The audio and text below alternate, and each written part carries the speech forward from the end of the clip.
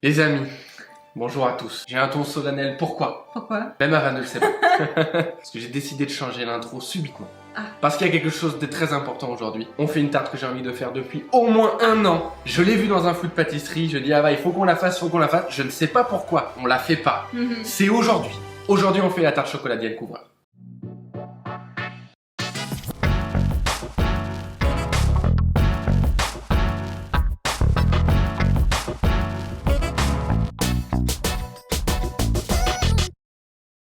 Et oui, la tarte chocolat de Yann Couvreur que vous avez dû voir passer et repasser sur Instagram parce qu'elle est vraiment canon. On vous met quelques photos juste ici. Plus belle tarte au chocolat du métier.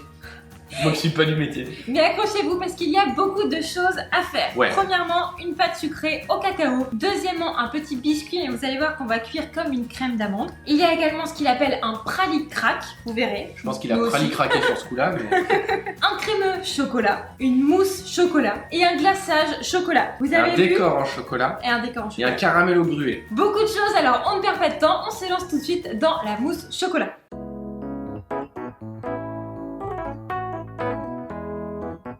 On commence par hydrater la gélatine dans l'eau froide pendant environ 15 minutes au réfrigérateur. Dans une casserole, on va faire chauffer le poêle de lait sur un feu moyen. Une fois que notre lait est bien fumant et légèrement bouillant, on va le sortir du feu et le verser en 2 ou 3 fois sur notre chocolat noir préalablement fondu au micro-ondes. On émulsionne bien la maryse en faisant des petits cercles au centre du cul de poule. Ça permet d'avoir une ganache qui soit bien uniforme. Et voilà, on a un résultat homogène. Tant que c'est encore chaud, on peut mettre le poids de gélatine bien hydraté. Et on fait attention à ce qu'il fonde bien. C'est important, sinon on aura des petits morceaux de gélatine en bouche. Une fois que c'est fait, on réserve sur le plan de travail. Et à côté de ça, on va monter dans un bol bien froid notre crème liquide très froide. Si possible, même notre fouet est bien froid. Vous pouvez le faire à la main ou au fouet électrique comme nous, jusqu'à avoir une texture comme à l'écran. On ajoute dans notre ganache au chocolat le sel et petit à petit on va ajouter les blancs montés qu'on ajoute comme vous le voyez à l'écran. Alors là c'est en accéléré mais allez-y tranquillement. Vous pouvez le faire au fouet, pas forcément besoin de la maryse.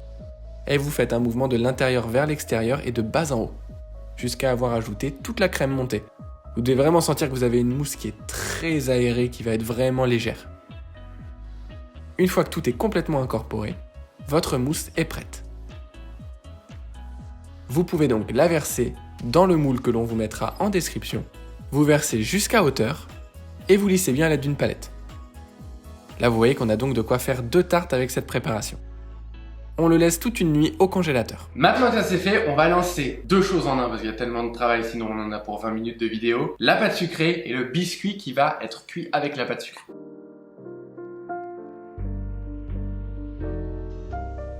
Dans un cul de poule, on va mélanger le beurre qui est bien pommade avec le sucre glace et la fleur de sel. Il faut vraiment que le beurre soit bien pommade pour qu'on puisse le mélanger facilement à l'aide d'un fouet. On ajoute ensuite l'œuf entier. On mélange, alors là ne vous inquiétez pas, ça va pas faire une belle crème bien homogène. C'est pas grave du tout. On peut ajouter ensuite la poudre d'amande et on mélange encore une fois. Vous pouvez aussi faire votre pâte sucrée dans un robot. Dans ces cas-là, regardez les vidéos précédentes, il y a forcément des pâtes sucrées faites au robot. Ensuite, sur le plan de travail, on vient verser la farine et le cacao en poudre. On creuse un petit puits au centre. Et on y ajoute notre préparation précédente. Ensuite, à l'aide d'une corne, on va venir faire des mouvements de haut en bas pour couper notre pâte. Et vous allez voir que petit à petit, la pâte va se lier comme ici. On va pouvoir alors phraser en appuyant à l'aide de notre paume de la main 3 fois sur le plan de travail notre pâte. On voit qu'elle est bien homogène, qu'il n'y a pas de grumeaux de farine, c'est parfait. On peut alors la réserver 4 heures au réfrigérateur dans un film alimentaire. Une fois qu'elle a bien reposé, on la met sur un plan de travail légèrement fariné, on farine le dessus et on va l'étaler sur environ 3 mm d'épaisseur. Si vous sentez qu'il y a besoin de refariner parce que ça accroche un petit peu, vous le faites. Et vous allez découper un cercle 4 cm de diamètre plus grand que votre cercle à tarte. Sur le plan de travail toujours légèrement fariné, on va venir foncer notre pâte. Vous voyez qu'elle a pris une texture qui est parfaite pour être foncée. On va venir plaquer la pâte à tarte contre les bords. et essayez de réaliser un joli angle droit pour avoir un fonçage qui soit parfait. C'est la méthode de fonçage un petit peu à l'ancienne, traditionnelle. Puis avec un couteau bien aiguisé, on coupe de l'intérieur vers l'extérieur pour des bords nets. On pique généreusement à la fourchette et on met 1 heure minimum au congélateur.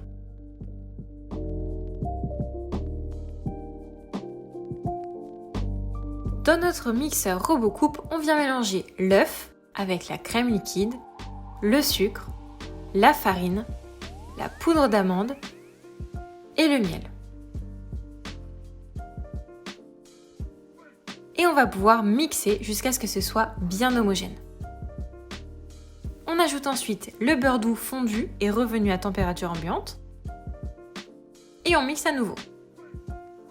On peut ensuite ajouter le cacao en poudre, le sel et la levure chimique. Et on mélange jusqu'à obtenir une pâte bien lisse et homogène. Et vous réservez cette préparation dans une poche sans douille au réfrigérateur. On lance maintenant le pralicrac et le caramel.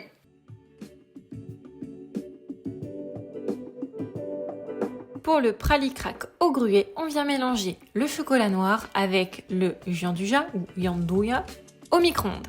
Une fois que c'est bien fondu, on peut ajouter le gruet de cacao, la feuilletine et la fleur de sel. Et on mélange le tout simplement à l'aide d'une maryse. Le pralicrac au gruet est prêt.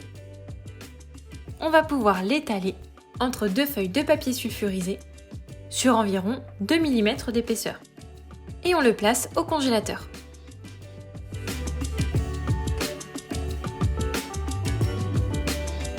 Dans votre casserole, vous mettez le poids de crème liquide.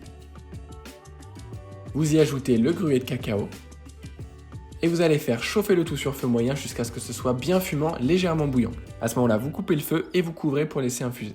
Dans une autre casserole, vous mettez le sucre et le glucose. Vous ajoutez la pesée de sel, le beurre doux et la pesée de lait. Et vous allez faire chauffer le tout sur un feu moyen en mélangeant perpétuellement jusqu'à ce que le tout devienne caramel. C'est une technique très particulière, il faut vraiment mélanger en permanence. Et vous voyez que ça brunit petit à petit. Si vous ne mélangez pas, ça va être complètement brûlé d'ailleurs au fond.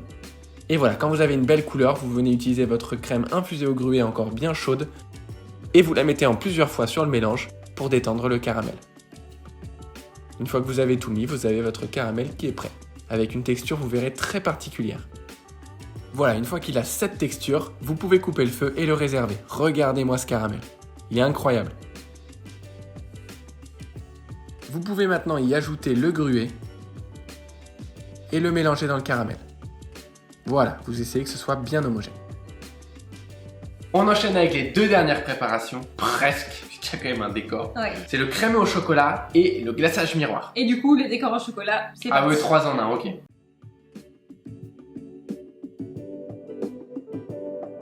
Dans un cul de poule, on vient mélanger le sucre avec les jaunes d'œufs. Et on fouette rapidement pour rendre le tout homogène.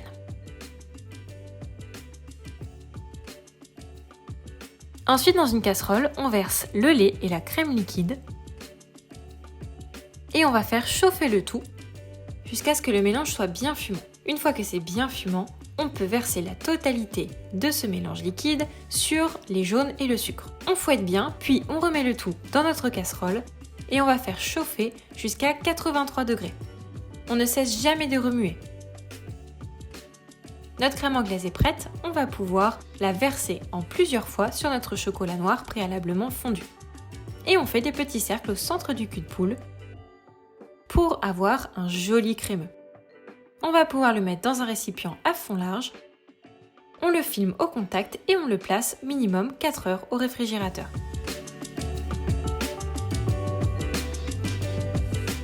On commence par hydrater la gélatine dans l'eau froide pendant environ 15 minutes au réfrigérateur.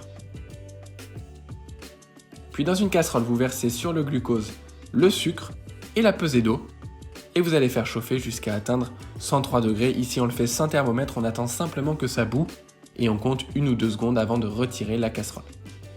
À côté de ça, dans un pichet, vous pouvez mettre sur le lait concentré sucré la pesée de chocolat noir fondu Et on va verser en une fois notre sirop bien chaud, qui vient à peine d'être sorti du feu. On mixe à l'aide du mixeur plongeant jusqu'à ce que ce soit bien homogène. Et quand notre glaçage passe sous les 70 degrés, on peut ajouter la gélatine. Vous mixez bien jusqu'à ce que la gélatine soit complètement fondue. Et vous filmez au contact pour le réserver au moins 4 heures au réfrigérateur. Idéalement une nuit.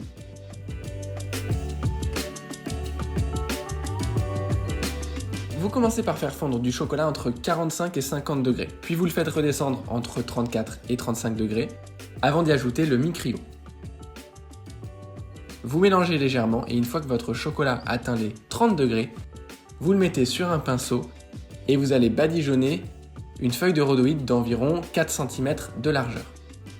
Une fois que c'est fait, vous allez prendre des petits emporte-pièces pour lui donner une forme courbée.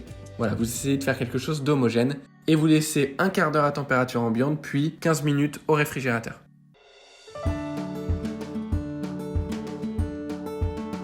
Vous sortez ensuite votre pâte sucrée du congélateur et vous l'enfournez dans un four préchauffé pendant 20 minutes à 160 degrés. Ensuite, vous pouvez décercler votre fond de tarte et venir pocher à l'intérieur votre biscuit.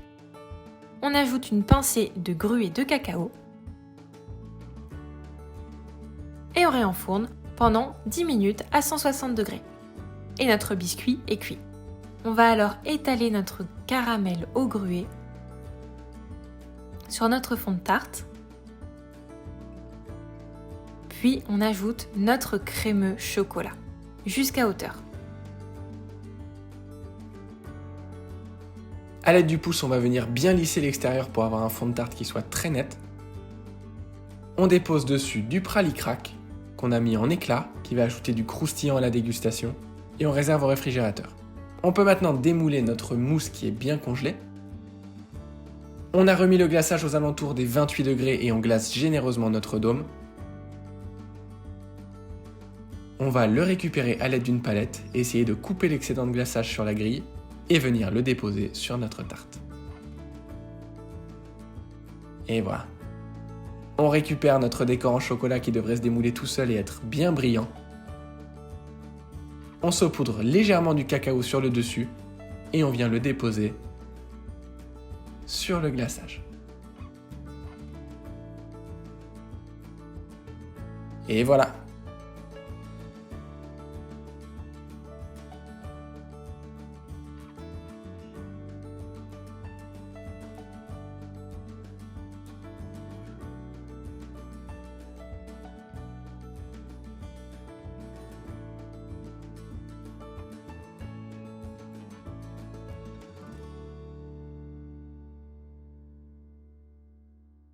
Est-ce que vous comprenez pourquoi ça fait un an qu'on repousse cette recette? Parce qu'il y a beaucoup de choses à faire. Parce que ça fait un an qu'on l'a commencé. Est-ce que quand vous voyez le visuel, vous dites ok, ils ont bien fait de la Oui, ça tête. vaut le coup. Elle est ouf. On peut manger? Allez, on mange. Non, franchement, mais elle est ouf cette tarte. Est-ce que visuellement, dites-nous en commentaire, ça vaut le coup d'attendre? Ah ouais. Moi, je dis que oui. Ah oui. Et nous, on va vous dire si gustativement, Ça vaut le coup de la faire. ça vaut le coup.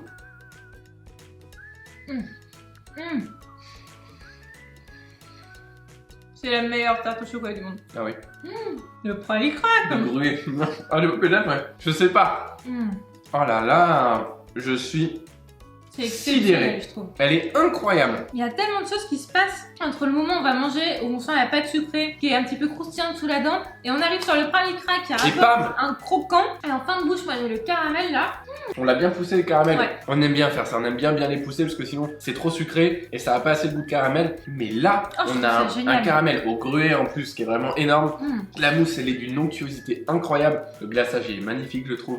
D'ailleurs, si vous voulez maîtriser vraiment les glaçages, on a une formation en description qui vous explique exactement comment avoir zéro bulle, un glaçage qui adhère parfaitement. Comme Bref. ici. Et honnêtement, alors c'est pas pour vanter le chef trop fortement et on va pas mentir, pour moi, c'est la meilleure tarte au chocolat que j'ai mangée de ma vie. Et je peux vous dire que j'en ai mangé des tartes au chocolat. On en a mangé même beaucoup trop. Beaucoup trop. Mais Mais celle-là, c'est mais- délicieux. Mais à chaque fois qu'on fait Oh là une recette là. de Yann Couvreur, on dit le même Ah genre ouais. de truc. Faudrait qu'on en fasse plus. C'est quand même un de nos chefs préférés, faut le dire. Il C'est est vrai. incroyablement talentueux. Ah ouais. Ses desserts changent complètement de ce que font les autres chefs. Je trouve qu'il est incroyable ce Ah chef. ouais, franchement c'est top. Bah on vous recommande tout simplement de la faire à la maison. maison. Prenez votre temps. Je trouve que ça vaut le coup. Il y a beaucoup de choses à c'est faire, sûr. mais honnêtement, ça vaut le coup. Faites-nous confiance sur ce coup-là. Je ne pense pas que vous venez vers nous D'habitude, après non. en disant ça vaut pas le coup. Non, mais vraiment, là, je mets ma main Sûr coupée, d'acheter vous ça. allez kiffer. Si vous aimez le chocolat, bien sûr. Non, évidemment, faut être un fan de chocolat, même si je trouve qu'on n'a C'est sûr. aucune amertume dans cette tarte. C'est Pas trop d'acidité non plus, c'est équilibré à souhait. C'est vraiment très très bon. D'ailleurs, si vous n'avez pas le moule et que vous vous demandez où vous le trouvez, on vous le met comme d'habitude en description. Bien sûr. Vous avez un lien direct, ça arrivera sous 2 ou 3 jours. C'est quelqu'un qu'on connaît qui est extrêmement efficace. Abonnez-vous et appuyez sur la petite cloche pour ne pas louper les prochaines recettes du S'il vous Pouvoir plaît. ou bien d'autres. Et mettez un pouce bleu en bas de cette vidéo. On se retrouve très vite dans une prochaine vidéo. À bientôt, ciao. On se lance tout de suite dans la mousse chocolat. Bye bye. Bye bye. Non, attends, j'ai refait.